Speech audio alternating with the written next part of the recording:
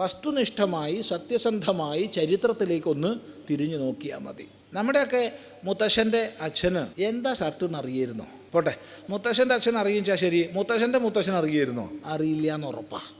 അവർക്ക് അറിയേയില്ല. ബ്ലൗസ് എന്താ, ചുരിദാർ എന്താ, അതിൻ്റെ ടോപ്പ് എന്താന്നൊക്കെ നമ്മുടെ മുത്തശ്ശിക്ക് അറിയായിരുന്നോ? അറിയില്ലായിരുന്നു. അന്ന് സ്ത്രീ ആയാലും പുരുഷനായാലും അരയ്ക്ക് താഴോട്ട് വസ്ത്രം ധരിക്കുമായിരുന്നു, മേൽവസ്ത്രം ഉണ്ടായിരുന്നില്ല. ഇതൊരു വസ്തുതയാണ്. ക്രമേണ കാലഗതിയുടെ പരിവർത്തനമനുസരിച്ച് മേൽവസ്ത്രം ആരംഭിച്ചു.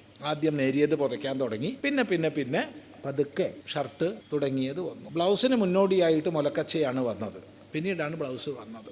ഓർമ്മിക്കുകയല്ലേ എന്നുള്ളത്. അങ്ങനെ നമ്മുടെയൊക്കെ ഒരു മുത്തശ്ശനായപ്പോഴത്തേക്ക് അവർ വല്ല കോടതി പോകുമ്പോഴോ, അതാണുള്ളൊരു പ്രധാനമായിട്ട് പോകാനുള്ള ഒരു സ്ഥലം, അല്ലെങ്കിൽ ദൂരെ എങ്ങോട്ടെങ്കിലുമൊക്കെ വല്ല എന്തെങ്കിലും ഒരു അത്യാവശ്യത്തിനൊക്കെ പോകാമെന്ന് പറഞ്ഞാൽ അപ്പോൾ ഒരു ഷർട്ട് എടുത്തിടുക. ആകെ ഒരു ഷർട്ടേ ഉണ്ടാവുള്ളൂ. തിരിച്ച് വീട്ടിലെത്തേണ്ട ഗ്രാമത്തിലെത്തിയാൽ തന്നെ ആദ്യം ചെയ്യണ പരിപാടി അത് അഴിച്ചിട്ട് ഒരു ആണിയുമ്പോൾ തൂക്കുകയാവും. ഒന്ന് ഓർത്ത് നോക്കൂ, പലർക്കും ഇത് ഓർമ്മ ഉണ്ടാവും.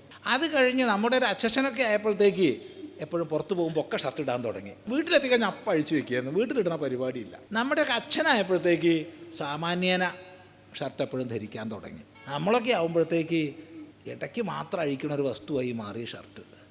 ഇപ്പോഴത്തെ കുട്ടികൾ അമ്മയുടെ വയറ്റിൽ നിന്ന് ജനിച്ച് വരുമ്പോൾ ഷർട്ടും ഉണ്ടാവും, കയ്യിൽ സ്മാർട്ട് ഫോണും ഉണ്ടാവും. ആ വയറ്റിൽ നിന്ന് പുറത്തേക്ക് വരുമ്പോൾ അതെ സംശയമില്ല ഉണ്ടാവും.